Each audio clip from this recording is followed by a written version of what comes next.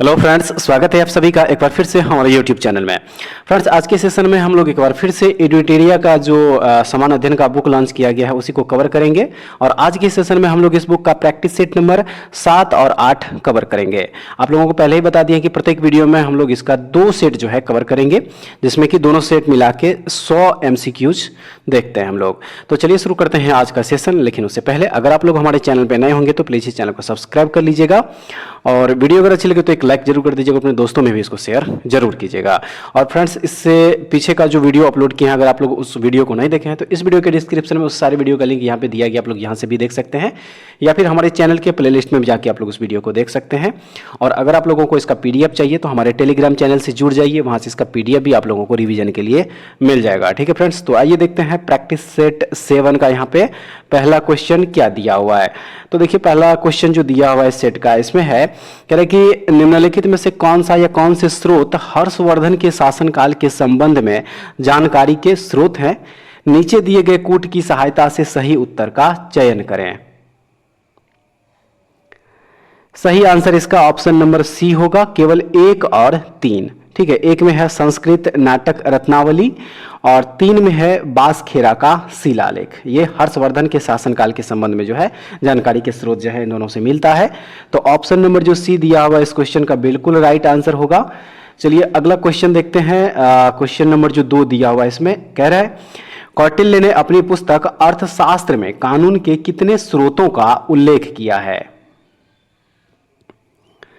तो याद रखिएगा, इसमें जो है कानून के 4 स्रोतों का उल्लेख किया गया है। ठीक है, कौटिल्य की जो पुस्तक है अर्थशास्त्र। तो ऑप्शन नंबर ए इसका बिल्कुल राइट आंसर है।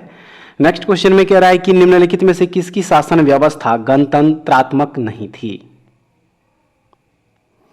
तो मगध गणराज्य की जो शासन व्यवस्था थी फ्रेंड्स, वह गणतंत्रात्मक नहीं थी। क्या हो जाएगा, ऑप्शन नंबर सी इसका राइट आंसर होगा, मगध गणराज्य।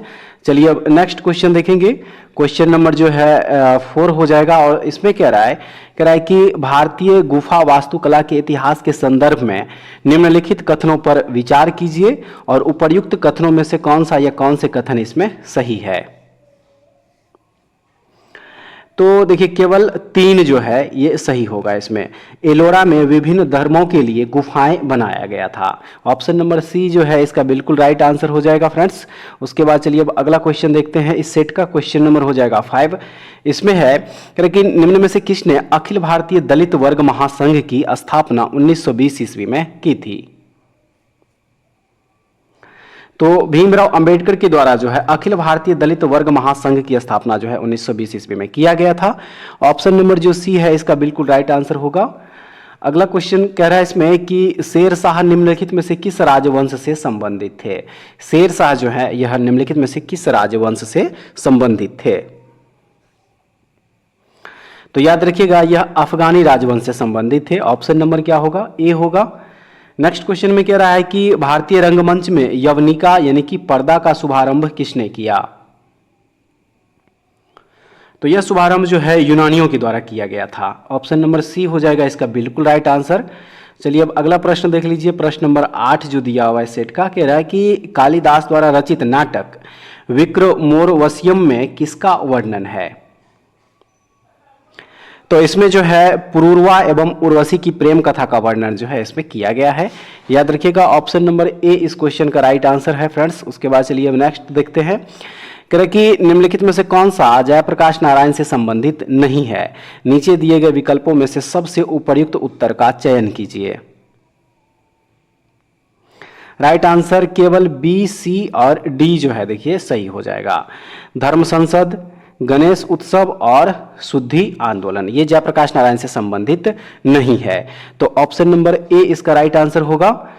उसके बाद चलिए अब अगला प्रश्न देख लीजिए। प्रश्न नंबर जो 10 दिया हुआ है, कह रहा है इसमें कि महात्मा गांधी द्वारा 1918 में खेरा जिले के किसानों के लिए एक सत्याग्रह का आयोजन किया गया था। इस सत्याग्रह की प्रमुख मांग क्या थी। इसकी प्रमुख मांग थी राजस्व संग्रह में छूट। ठीक है, ऑप्शन नंबर क्या होगा, सी हो जाएगा बिल्कुल राइट। अब चलिए अगला क्वेश्चन देख लीजिए। कह रहा है कि निम्न में से किसने स्वदेश बांधव समिति का गठन किया था। तो यह गठन किया गया था अश्विनी कुमार दत्त के द्वारा। क्या होगा इसका, ऑप्शन नंबर सी हो जाएगा राइट आंसर। नेक्स्ट क्वेश्चन है फ्रेंड्स, कह रहा है कि हम महारानी और सिर्फ महारानी की रैयत होना चाहते हैं, यह कथन किस विद्रोह से संबंधित है? यह संबंधित है पावना विद्रोह से। याद रखिएगा, ऑप्शन नंबर क्या हो जाएगा? सी हो जाएगा, बिल्कुल सही। अगला क्वेश्चन में कह रहा है कि वाकाटक वंश के किस शासक ने 4 अश्वमेघ यज्ञ, 1 वाजपेयी यज्ञ तथा अन्य वैदिक यज्ञों का अनुष्ठान किया था? तो वह शासक थे प्रवरसेन प्रथम। कौन थे? प्रवरसेन प्रथम थे। तो ऑप्शन नंबर ए जो है इसका बिल्कुल राइट आंसर हो जाएगा। अब चलिए अगला क्वेश्चन देख लीजिए। कह रहा है कि सचिंद्रनाथ सान्याल द्वारा किस स्थान पर अनुशीलन समिति की स्थापना 1913 ईस्वी में की गई थी? तो वह स्थान था पटना। याद रखिएगा, सी हो जाएगा राइट आंसर। अगला प्रश्न फ्रेंड्स कह रहा है कि निम्नलिखित में से कौन सा कृषि मूल्य नीति से संबंधित नहीं है? निम्नलिखित में से कौन सा कृषि मूल्य नीति से संबंधित नहीं है? तो वह है लाइसेंस प्रणाली, जो कि कृषि मूल्य नीति से संबंधित नहीं है। ऑप्शन नंबर डी जो है इसका बिल्कुल राइट आंसर है। चलिए अब अगला प्रश्न देख लीजिए। इसमें है, कह रहा है कि धनंजय यशवंत चंद्रचूड़ यानी कि डी.वाई. चंद्रचूड़ भारत के कौन से मुख्य न्यायाधीश, यानी कितने नंबर के जो है ये मुख्य न्यायाधीश है? याद रखिएगा, ये 50वें मुख्य न्यायाधीश है। ठीक है, CJI यानी कि चीफ जस्टिस ऑफ इंडिया, ये 50वें जो है चीफ जस्टिस ऑफ इंडिया के जो मुख्य न्यायाधीश जो है ये हैं धनंजय यशवंत चंद्रचूड़। तो ऑप्शन नंबर डी इसका बिल्कुल राइट आंसर होगा।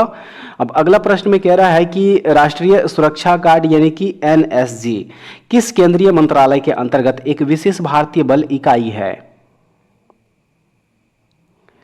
राइट आंसर हो जाएगा, देखिए यह गृह मंत्रालय, ठीक है, यह गृह मंत्रालय के अंतर्गत जो है इसकी एक इकाई है। ऑप्शन नंबर बी इसका राइट आंसर हो जाएगा। बात करें NSG की, तो NSG का फुल फॉर्म होता है नेशनल सिक्योरिटी गार्ड, और इसकी स्थापना जो है वह 1984 यानी कि 1984 ईस्वी में हुई थी। याद रखिएगा, ऑप्शन नंबर बी इसका बिल्कुल सही आंसर होगा। चलिए अब अगला प्रश्न देख लीजिए। प्रश्न नंबर 18 में जो दिया हुआ है, देखिए इस प्रश्न में कह रहा है कि अनुच्छेद 368 में निर्धारित संविधान में संशोधन की प्रक्रिया के संदर्भ में निम्नलिखित कथनों पर विचार कीजिए और उपर्युक्त में से कौन सा या कौन से कथन इसमें गलत है? गलत कथन जो है देखिए केवल 2 और 4 हो जाएगा। यहाँ पे 2, विधेयक केवल एक मंत्री द्वारा ही पेश किया जा सकता है, किसी निजी सदस्य द्वारा नहीं। ये कथन जो है देखिए यहाँ पे गलत कथन होगा। उसके बाद 4 नंबर में है कि राज्य विधानमंडल द्वारा अनुसमर्थन की आवश्यकता नहीं है, ये भी कथन गलत यहाँ पे हो जाएगा। तो ऑप्शन नंबर डी इसका बिल्कुल राइट आंसर होगा। चलिए अब अगला प्रश्न देख लीजिए। प्रश्न नंबर जो 19 है, इसमें है कि राष्ट्रीय अनुसूचित जनजाति आयोग के अध्यक्ष और उपाध्यक्ष के अतिरिक्त सदस्यों की कुल संख्या कितनी है? सही आंसर हो जाएगा, देखिए इसमें अध्यक्ष और उपाध्यक्ष के अतिरिक्त जो है सदस्यों की संख्या कितनी होती है? 3 होती है। यानी कि टोटल जो है इसमें कितने सदस्य होते हैं अध्यक्ष और उपाध्यक्ष को मिला के? तो टोटल 5 सदस्य होते हैं राष्ट्रीय अनुसूचित जनजाति आयोग के। तो ऑप्शन नंबर सी इसका राइट आंसर होगा फ्रेंड्स। उसके बाद नेक्स्ट है, भारत के नियंत्रक एवं महालेखा परीक्षक अधिकतम कितने वर्षों के लिए अपना पद धारण कर सकते हैं? तो याद रखिएगा अधिकतम 6 वर्ष के लिए जो है ये अपना पद धारण कर सकते हैं। सी राइट आंसर होगा। निम्नलिखित में से कितनी रियासतें 15 फरवरी 1948 को सौराष्ट्र संघ में मिलाई गई थी? टोटल 222 रियासतें जो है यह सौराष्ट्र संघ में मिलाई गई थी। क्या हो जाएगा इसका? सी जो है बिल्कुल राइट आंसर होगा। ठीक है फ्रेंड्स, उसके बाद नेक्स्ट, निम्नलिखित कथनों पर विचार कीजिए और उपर्युक्त में से कौन सा या कौन से कथन जो है इसमें सही है? ऑप्शन नंबर बी होगा, केवल 1 और 2 जो है ये दोनों कथन यहाँ पे क्या हो जाएगा? सही हो जाएगा। पृथ्वी की सबसे ऊपरी परत भूपर पट्टी है जो सभी परतों में सबसे पतली है, बिल्कुल सही। और महाद्वीपीय परत समुद्री परत की तुलना में कम घनी होती है क्योंकि समुद्री परत जो है यह बेसाल्टिक चट्टानों से बनी होती है, ये भी सही है। तो ऑप्शन नंबर जो बी है देखिए बिल्कुल सही होगा। चलिए अब अगला क्वेश्चन देख लीजिए। इस सेट का फ्रेंड्स कह रहा है इसमें कि भारत में लिग्नाइट का सबसे बड़ा उत्पादक राज्य कौन सा है? 4 ऑप्शन है, उड़ीसा, झारखंड, तमिलनाडु और छत्तीसगढ़। आप लोगों को बताना है कि इसमें लिग्नाइट का जो है सबसे बड़ा उत्पादक राज्य कौन सा है। तो सबसे बड़ा उत्पादक राज्य जो है फ्रेंड्स वो हो जाएगा तमिलनाडु। ऑप्शन नंबर बी जो है बिल्कुल सही आंसर है। चलिए अब अगला प्रश्न देख लीजिए। प्रश्न नंबर जो 24 दिया हुआ है इसमें है कह रहे कि निम्नलिखित में से भारत का कौन सा राज्य अपनी सीमा 3 देशों नेपाल, भूटान और चीन से साझा करता है? भारत का वह कौन सा राज्य है? तो वह राज्य है सिक्किम। सिक्किम जो है यह भारत के पड़ोसी देश नेपाल, भूटान और चीन के साथ सीमा साझा करता है। तो ऑप्शन नंबर सी इसका राइट आंसर होगा। अगला प्रश्न जो दिया है इसमें कह रहा है कि माफिक लावा के बारे में निम्नलिखित में से कौन सा विकल्प सही है। ऑप्शन नंबर डी, इसमें 45% से लेकर 52% तक जो है सिलिका होती है। यह विकल्प बिल्कुल सही होगा। ऑप्शन नंबर डी इसका राइट आंसर है। अगला प्रश्न देख लीजिए, कह रहा है कि स्थिर धारा वाली परिनालिका का उपयोग किस रूप में किया जा सकता है। तो निरंतर चुंबकीय क्षेत्र का स्रोत के रूप में जो है इसका उपयोग किया जा सकता है। ऑप्शन नंबर सी में दिया हुआ राइट आंसर। निम्न में से क्या तरंग की विशेषता नहीं है। निम्न में से क्या तरंग की विशेषता नहीं है। तो माध्यम जो है यह तरंग की विशेषता नहीं है। ऑप्शन नंबर क्या होगा, डी हो जाएगा बिल्कुल सही। आइए अब देखते हैं नेक्स्ट क्वेश्चन। इसमें है कह रहे कि निम्न में से किसके मापन हेतु स्टाइलाग्मोमीटर का उपयोग होता है। सही आंसर है पृष्ठ तनाव मापने के लिए जो है स्टाइलाग्मोमीटर का उपयोग होता है फ्रेंड्स। ऑप्शन नंबर बी इसका बिल्कुल सही आंसर है। उसके बाद जो नेक्स्ट क्वेश्चन दिया हुआ है इसमें क्वेश्चन नंबर 29। देखिए इस क्वेश्चन में जो दिया हुआ है कह रहा है इस क्वेश्चन में कि निम्नलिखित संतुलित रासायनिक समीकरण पर ध्यान दीजिए। एक समीकरण जो है यहाँ पे देखिए दिया हुआ है और कह रहा है कि उपरोक्त रासायनिक समीकरण के संबंध में निम्नलिखित कथनों में से कौन सा कथन सार्थक है यानी कि सही है। Right answer option number C, अभिक्रिया करने में कार्बन मोनोऑक्साइड की ऑक्सीजन के साथ 2:1 अनुपात मोल अनुपात में जो है अभिक्रिया होती है।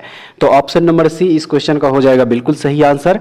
अब चलिए अगला प्रश्न देखेंगे। प्रश्न नंबर जो 30 दिया हुआ है, इस प्रश्न में कह रहा है कि उत्कृष्ट धातु को घोलने के लिए निम्न में से किसका प्रयोग किया जाता है। तो उत्कृष्ट धातु को घोलने के लिए जो है फ्रेंड्स एक्वारेजिया का प्रयोग होता है। ऑप्शन नंबर डी होगा बिल्कुल सही आंसर। नेक्स्ट है कि शेविंग क्रीम की मृदुता किसके द्वारा संवर्धित की जाती है। सही है, पोटेशियम कार्बोनेट के द्वारा जो है संवर्धित किया जाता है। ऑप्शन नंबर बी जो है बिल्कुल सही आंसर होगा। नेक्स्ट है कि फिलोसोफर्स वूल यानी कि यशद पुष्प रासायनिक दृष्टि से क्या है। तो रासायनिक दृष्टि से यह जिंक ऑक्साइड होता है। ऑप्शन नंबर क्या होगा, ए हो जाएगा। अगला प्रश्न देख लीजिए। प्रश्न नंबर जो 33 है कह रहा है इसमें कि एक पूर्ण कार्डियक चक्र में कितना समय लगता है। 0.8 सेकेंड, ठीक है, 0.8 सेकेंड जो है एक पूर्ण कार्डियक चक्र में लगता है। तो ऑप्शन नंबर डी जो है इसका सही आंसर होगा। अगला प्रश्न में कह रहा है कि निम्नलिखित में से कौन सा रोग एक व्यक्ति से दूसरे व्यक्ति में प्रसारित नहीं होता, वह कौन सा रोग है। तो वह रोग है सिरोसिस। सिरोसिस जो है यह एक व्यक्ति से दूसरे व्यक्ति में प्रसारित नहीं होता है यानी कि नहीं फैलता है, जबकि एड्स, हेपेटाइटिस बी और सिफिलिस जो है यह एक व्यक्ति से दूसरे व्यक्ति में फैल जाता है। तो ऑप्शन नंबर ए इसका राइट आंसर होगा। अगला प्रश्न में कह रहा है कि किस विटामिन को फोलिक एसिड के रूप में भी जाना जाता है, वह कौन सा विटामिन है। विटामिन B9 जो है फ्रेंड्स इसको फॉलिक एसिड के रूप में भी जाना जाता है। तो डी होगा इसका राइट आंसर। निम्नलिखित में से किस प्रक्रिया में बिना निषेचन के एक फल का विकास होता है, वह कौन सी प्रक्रिया है। तो वह प्रक्रिया है पार्थेनोकार्पी। पार्थेनोकार्पी में क्या होता है, बिना निषेचन के ही एक फल का विकास होता है। तो ऑप्शन नंबर ए हो जाएगा राइट। खाली जगह दिया हुआ कह रहा है कि आंखों में प्रवेश करने वाले प्रकाश की मात्रा को नियंत्रित करता है, यानी कि कौन जो है इसमें आंखों में प्रवेश करने वाले प्रकाश की मात्रा को नियंत्रित करता है, वह कौन सा पार्ट्स है। तो सही आंसर इसका होगा ऑप्शन नंबर डी, यानी कि पुतली जो है या आंखों में प्रवेश करने वाले प्रकाश की मात्रा क्या करती है, तो नियंत्रित करती है। डी इसका राइट आंसर हो जाएगा फ्रेंड्स। अगला प्रश्न में कह रहा है कि निम्नलिखित में से किस शैवाल को ग्रीन मोल्ड के नाम से भी जाना जाता है, वह कौन सा शैवाल है। तो वह सवाल है पेनिसिलियम। पेनिसिलियम जो है यह ग्रीन गोल्ड के नाम से भी जाना जाता है। तो ऑप्शन नंबर डी होगा इसका बिल्कुल सही। अगला प्रश्न, MDT का उपयोग किस रोग के उपचार में किया जाता है। कुष्ठ रोग के उपचार में जो है MDT का उपयोग होता है। तो सी इसका राइट आंसर हो जाएगा। प्रकाश संश्लेषण की उच्च दर के लिए प्रकाश का निम्नलिखित में से कौन सा रंग अधिक क्रियाशील है। वह रंग है लाल रंग। ऑप्शन नंबर ए हो जाएगा। केंद्रीय नियोजित अर्थव्यवस्था में साधनों का विनिधान निम्नलिखित में से किसके द्वारा किया जाता है। तो यह किया जाता है सरकार एवं कीमत तंत्र दोनों के द्वारा। डी इसका राइट आंसर होगा। भारत में छिपी हुई बेरोजगारी के मुख्य लक्षण है मुख्यतः क्या? प्राथमिक क्षेत्र का।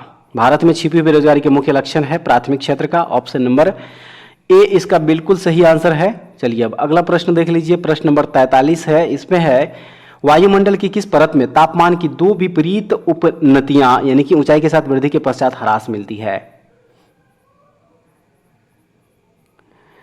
तो वह परत है मध्यम मंडल। ऑप्शन नंबर बी हो जाएगा सही। अगला प्रश्न है कि अमृतसर एवं शिमला लगभग एक ही अक्षांश पर स्थित है, परंतु उनकी जलवायु में भिन्नता का कारण क्या है? तो इसका कारण है उनकी ऊंचाई में भिन्नता। ठीक है, ऑप्शन नंबर ए हो जाएगा सही। संवादिनी का संबंध निम्नलिखित में से किस आंदोलन से है? दलित नारीवादी साहित्यिक आंदोलन से इसका जो है संबंध है, तो सी इसका राइट आंसर हो जाएगा। भारत में राष्ट्रीय मानसिक स्वास्थ्य नीति कब शुरू की गई थी? तो यह शुरू किया गया था 1982 ईस्वी में। ए इसका राइट आंसर है। अगला प्रश्न, विश्व में सिरोई लिली फूल केवल भारत के किस राज्य में पाया जाता है? तो यह केवल मणिपुर राज्य में पाया जाता है। ऑप्शन नंबर ए होगा बिल्कुल सही आंसर। 1 रुपया के प्रीमियम पर भारतीय रेल मंत्रालय यात्रियों को कितनी राशि का बीमा कवर देता है? तो यह कवर देता है 10 लाख का। ऑप्शन नंबर क्या होगा? बी हो जाएगा बिल्कुल सही। अगला प्रश्न है कि बेसबॉल किस खेल से संबंधित है? बेसबॉल शब्द जो है यह किस खेल से संबंधित है? याद रखिएगा यह क्रिकेट जिससे जो है यह संबंधित है, तो ऑप्शन नंबर बी इसका राइट आंसर होगा। क्रिकेट में जो है बेसबॉल शब्द का प्रयोग किया जाता है। अगला प्रश्न और इस सेट का जो लास्ट क्वेश्चन है, कह रहा है कि कार्बन डेटिंग व्यवस्था का सर्वप्रथम विचार किस समझौते में दिया गया था? तो यह क्योटो प्रोटोकॉल जो हुआ था इसी में दिया गया था। तो ऑप्शन नंबर क्या हो जाएगा? सी हो जाएगा बिल्कुल सही। और आइए फ्रेंड्स अब देखते हैं प्रैक्टिस सेट नंबर 8 का क्वेश्चन। तो इस क्रम में इस सेट का जो सबसे पहला क्वेश्चन है, कह रहा है इसमें कि पाली भाषा का ग्रंथ मिलिंद पान्हो राजा मिनांडर के किस बौद्ध भिक्षु से संवाद के रूप में है? इसका जो सही आंसर हो जाएगा वो हो जाएगा ऑप्शन नंबर ए यानी कि नागसेन। ठीक है, ऑप्शन नंबर क्या होगा? ए हो जाएगा बिल्कुल सही आंसर। और अगला प्रश्न है, नीचे दिए गए विकल्पों में से गढ़वाल वंश, राष्ट्रकूट वंश, सातवाहन वंश, सैयद वंश के संस्थापकों के नामों का सही संयोजन ज्ञात कीजिए। तो वह है ऑप्शन नंबर ए यानी कि चंद्रदेव। चंद्रदेव जो है यह गढ़वाल वंश के संस्थापक, उसके बाद दंतीदुर्ग जो है राष्ट्रकूट वंश के, सिमुक जो है सातवाहन वंश और खिजिर खां जो है यह सैयद वंश के संस्थापक थे। तो क्या हो जाएगा इसका? ऑप्शन नंबर ए हो जाएगा बिल्कुल सही आंसर। ठीक है, निम्नलिखित में से कौन हड़प्पा सभ्यता पर प्रकाश डालता है? तो वह है पुरातात्विक खुदाई। पुरातात्विक खुदाई जो है हड़प्पा सभ्यता पर प्रकाश डालता है। ऑप्शन नंबर ए हो जाएगा इसका बिल्कुल सही।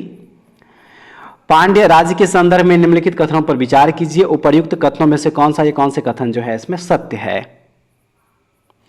ऑप्शन सी हो जाएगा 1, 3 और 4 यानी कि यह सुदूर दक्षिण और दक्षिण पूर्वी भाग में अवस्थित था। इसे मोतियों का देश कहा जाता था और यहाँ का समाज जो है वह मातृ सत्तात्मक था। तो ऑप्शन नंबर सी इस क्वेश्चन का बिल्कुल सही आंसर है। अब चलिए नेक्स्ट क्वेश्चन, मेटरनिख ने किसे हमारी सामाजिक व्यवस्था का सबसे खतरनाक दुश्मन बताया? यह बताया था ज्यूसेपी मैत्सिनी को। ऑप्शन नंबर बी हो जाएगा इसका बिल्कुल सही। अगला प्रश्न है, निम्नलिखित में से किस मराठा शासक ने औरंगजेब के पुत्र अकबर को अपने दरबार में शरण दी थी? वह मराठा शासक थे संभाजी। ऑप्शन नंबर सी इसका राइट आंसर होगा। महिचंद्र एवं चंद्रदेव किस वंश से संबंधित थे? तो यह गढ़वाल वंश से संबंधित है फ्रेंड्स। ऑप्शन नंबर ए हो जाएगा बिल्कुल सही। मुगल प्रांतीय प्रशासन में सामान्य तौर पर दीवानी का संबंध किससे था?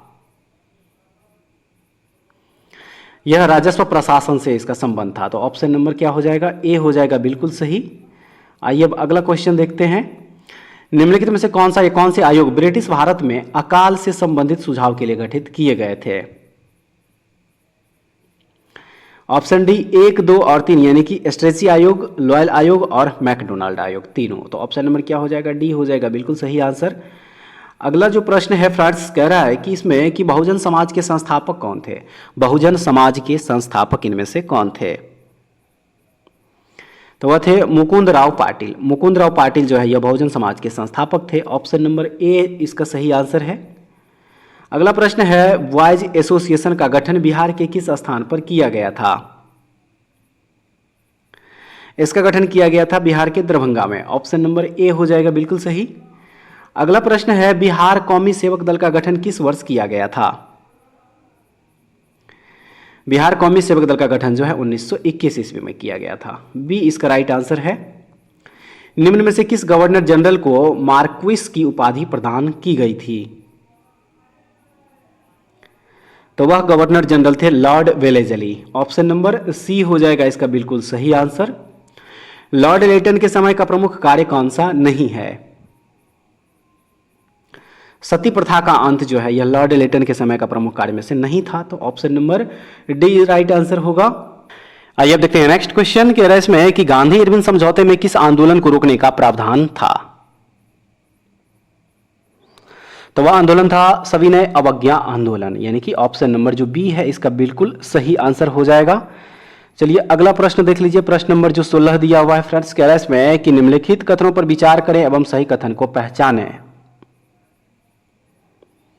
सही कथन ऑप्शन नंबर सी 1 और 3 हो जाएगा। अविश्वास प्रस्ताव मंत्रिपरिषद में विश्वास की कमी व्यक्त करने वाला प्रस्ताव है, सही कथन है ये। और उसके बाद 3, लोकसभा में अविश्वास प्रस्ताव लोकसभा की प्रक्रिया और आचरण के नियमों के प्रावधानों द्वारा शासित होता है। तो ये भी कथन जो है बिल्कुल सही हो जाएगा। तो ऑप्शन नंबर सी इसका बिल्कुल सही आंसर होगा।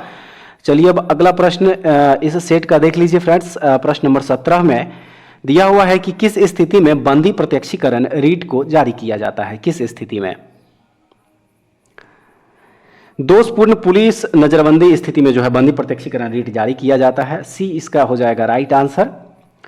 भारत में निर्वाचित होने एवं मताधिकार का अधिकार कैसा अधिकार है? यह एक संवैधानिक अधिकार है, याद रखिएगा। सी इसका राइट आंसर हो जाएगा। योजना किस सूची का विषय है? योजना जो है यह किस सूची का विषय है? याद रखिएगा यह समवर्ती सूची का एक विषय है, जो कि ऑप्शन नंबर सी में दिया हुआ बिल्कुल सही आंसर होगा। उसके बाद चलिए अब अगला क्वेश्चन देख लेंगे। भारत की समेकित निधि से व्यय किसके अनुमोदन से किया जा सकता है? तो यह संसद के अनुमोदन से जो है इसका व्यय किया जाता है। ऑप्शन नंबर ए जो है बिल्कुल सही होगा। नेक्स्ट है कि निम्नलिखित में भारतीय संविधान का कौन सा अनुच्छेद लोक सेवा आयोगों के व्यय से संबंधित है? वह अनुच्छेद है अनुच्छेद 322। ऑप्शन नंबर क्या होगा? सी होगा। निम्नलिखित में से कौन सा कृषि पद्धतियों का सही क्रम है? तो मिट्टी तैयार करना, बुआई, सिंचाई और उसके बाद कटाई, ये पद्धति जो है कृषि का बिल्कुल सही क्रम होगा। तो ऑप्शन नंबर बी इसका राइट आंसर हो जाएगा फ्रेंड्स। तातीपाका तेल रिफाइनरी कहां स्थित है? तातीपाका तेल रिफाइनरी कहां स्थित है? तो यह आंध्र प्रदेश में स्थित है। ऑप्शन नंबर सी हो जाएगा इसका बिल्कुल सही। और कह रहा है कि निम्नलिखित सागरों में से कौन सा गाजा स्ट्रिप के पास स्थित है? भूमध्य सागर इसका हो जाएगा बिल्कुल सही आंसर। ऑप्शन नंबर ए में दिया हुआ है। आइए अब देखते हैं नेक्स्ट क्वेश्चन। कह रहा है इसमें कि राज्यों के अधिकतम से न्यूनतम साक्षरता अनुसार सही क्रम को इंगित कीजिए। भारतीय जनगणना 2011 के अनुसार कह रहा है। ऑप्शन नंबर डी होगा केरल, मिजोरम, गोवा और त्रिपुरा। डी इसका हो जाएगा बिल्कुल सही आंसर। अगला प्रश्न है कि ध्वनि तरंग की आवृत्ति v और समय अवधि t के बीच संबंध होता है, कैसा संबंध है? ऑप्शन नंबर ए v बराबर इसका जो है 1/t हो जाएगा। ऑप्शन नंबर ए इसका बिल्कुल सही आंसर हो जाएगा। अगला प्रश्न है घर्षण बल निम्न में किस पर कार्य करता है? घर्षण बल निम्न में किस पर कार्य करता है? तो यह बल की दिशा के विपरीत कार्य करता है, याद रखिएगा। ऑप्शन नंबर डी जो है बिल्कुल सही आंसर होगा। अब चलिए अगला क्वेश्चन देख लीजिए इस सेट का। नकारात्मक त्वरण निम्न में से किसकी दिशा के विपरीत में होता है? सही आंसर इसका वेग हो जाएगा। ठीक है, ऑप्शन नंबर ए जो दिया हुआ देखिए बिल्कुल सही आंसर होगा। नेक्स्ट क्वेश्चन, हाइड्रोक्लोरिक अम्ल कांच की बोतल में नहीं रखा जाता है क्योंकि यह अभिक्रिया करता है किससे? तो यह कांच की सिलिकॉन डाइऑक्साइड से अभिक्रिया करता है, इसलिए ऑप्शन नंबर डी हो जाएगा बिल्कुल सही। नेक्स्ट, संयोजकता के इलेक्ट्रॉनिक सिद्धांत का प्रतिपादन सर्वप्रथम किस वैज्ञानिक ने किया था? यह किया था कोसेल एवं लुईस ने, तो सी इसका बिल्कुल सही आंसर है। अगला प्रश्न में कह रहा है कि निम्न में से कौन सी धातु शीतल एवं गर्म दोनों दशाओं में जल से अभिक्रिया नहीं करती है, वह कौन सी धातु है? तो वह धातु है Fe यानी कि फेरस आयरन। तो ऑप्शन नंबर डी इसका बिल्कुल सही आंसर होगा। अगला प्रश्न जो दिया हुआ है इसमें कि फोटोग्राफी में सोडियम थायोसल्फेट Na2H2O3 विलयन का प्रयोग क्यों किया जाता है? सही है, अतिरिक्त AgBr को विलय सिल्वर थायोसल्फेट संकुल के रूप में निकालने के लिए। ऑप्शन नंबर सी जो है इसका देखिए बिल्कुल सही आंसर होगा। अगला प्रश्न है कि निम्न में कौन सी बीमारी वायरल संक्रमण द्वारा होती है, वह कौन सी बीमारी है? वह है जुकाम। ऑप्शन नंबर बी में दिया हुआ बिल्कुल सही आंसर। अगला प्रश्न है निकट दृष्टि दोष के संबंध में कौन सा कथन गलत है? इसमें प्रतिबिंब रेटिना पर बनता है, यह कथन गलत है। क्या हो जाएगा इसका बिल्कुल right answer? Option number B. Next, eukaryotic कोशिका के संबंध में कौन सा कथन गलत है? इनमें रिक्तिका उपस्थित नहीं होता, यह कथन गलत है, क्योंकि यूकैरियोटिक कोशिका में जो है इसमें रिक्तिका उपस्थित होता है। ऑप्शन नंबर सी इसका बिल्कुल सही आंसर होगा। अगला प्रश्न है निम्न में नाइट्रोजन किसका अनिवार्य घटक है? नाइट्रोजन जो है वह किसका अनिवार्य घटक है? तो सही आंसर इसका हो जाएगा प्रोटीन का। ऑप्शन नंबर ए बिल्कुल सही है। नेक्स्ट, निम्न में कौन सा घोल विद्युत का चालक नहीं है? निम्न में से कौन सा घोल है जो कि विद्युत का चालक नहीं है? तो वह घोल है ग्लूकोज घोल। ऑप्शन नंबर ए इसका देखिए बिल्कुल सही आंसर है। चलिए अब अगला प्रश्न देखेंगे। प्रश्न नंबर जो है 38 कह रहा है इसमें कि निम्न में कौन बढ़ते भ्रूण के लिए पोषक उत्तक का कार्य करता है? कौन कार्य करता है? तो एंडोस्पर्म। ऑप्शन नंबर सी हो जाएगा बिल्कुल सही। मानव शरीर में बैक्टीरिया के संक्रमण को रोकने का सरल इलाज क्या है? वह है एंटीबायोटिक्स। ऑप्शन नंबर क्या होगा? डी होगा बिल्कुल सही। मॉर्फिन निम्न में किससे प्राप्त होता है? मॉर्फिन निम्न में किससे प्राप्त होता है? तो यह प्राप्त होता है फल से। ऑप्शन नंबर क्या हो जाएगा? डी। यदि भारतीय रिजर्व बैंक के द्वारा नगद कोष अनुपात में कमी की जाती है तो इसका साख सृजन पर प्रभाव होगा, वृद्धि होगा। ऑप्शन नंबर क्या हो जाएगा? ए इसका बिल्कुल सही। उसके बाद चलिए नेक्स्ट क्वेश्चन। द्रव की पूर्ति यथावत रहने पर यदि द्रव की मांग में वृद्धि होती है तो सही है, ब्याज की दर में वृद्धि हो जाएगी। ठीक है फ्रेंड्स, ऑप्शन नंबर बी इसका बिल्कुल सही आंसर होगा। अगला क्वेश्चन है कि पारिस्थितिक निकेत किससे संबंधित है? सही है, पारिस्थितिक तंत्र से जीव की स्थिति परक एवं क्रियात्मक संबद्धता से। ऑप्शन नंबर डी जो है बिल्कुल सही हो जाएगा। अगला प्रश्न है कि निम्नलिखित में से कौन सा पारिस्थितिक तंत्र का अजैवीय घटक है? तो वह है सेलीय नमक, यानी कि ऑप्शन नंबर डी इसका बिल्कुल सही आंसर होगा। अगला प्रश्न, निम्नलिखित देशों का कौन सा एक समूह आसियान के सदस्य देश है? लाओस, कंबोडिया और ब्रुनेई, ये तीनों के तीनों जो है ये आसियान के सदस्य देश के रूप में है। ऑप्शन नंबर ए हो जाएगा इसका बिल्कुल सही आंसर। चलिए अगला प्रश्न देखते हैं। प्रश्न नंबर जो 46 दिया हुआ है, प्रश्न नंबर 46 देखिए फ्रेंड्स, इस प्रश्न में कह रहा है इसमें कि कलमकारी पेंटिंग के संदर्भ में सही है। ऑप्शन बी, दक्षिण भारत में सूती वस्त्र पर हाथ से की गई चित्रकारी है, कलमकारी पेंटिंग इसे कहा जाता है। ऑप्शन नंबर बी हो जाएगा इसका बिल्कुल सही आंसर।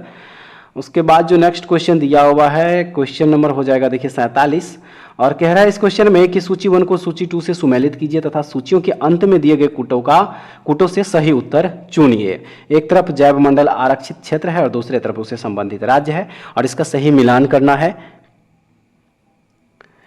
ऑप्शन इसका डी हो जाएगा। ए का क्या हो जाएगा? 4 हो जाएगा। सिमलीपाल जो ये देखिए जयमंडल आरक्षित क्षेत्र है, यह कहाँ है? तो यह उड़ीसा राज्य में स्थित है। बी का 3 हो जाएगा। दिहांग दिबांग जो है ये कहाँ? अरुणाचल प्रदेश।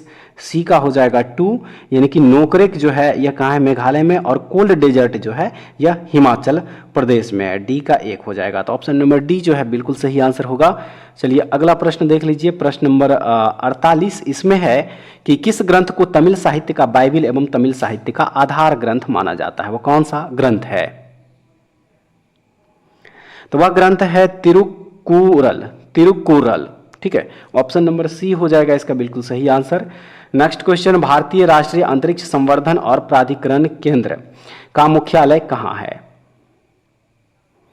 इसका मुख्यालय गुजरात के अहमदाबाद। ऑप्शन नंबर सी हो जाएगा बिल्कुल सही। और आइए इस सेट का लास्ट क्वेश्चन देख लीजिए। कह रहा है कि केंद्र सरकार द्वारा राष्ट्रीय स्वच्छ वायु कार्यक्रम यानी कि NCAP कब प्रारंभ किया गया था?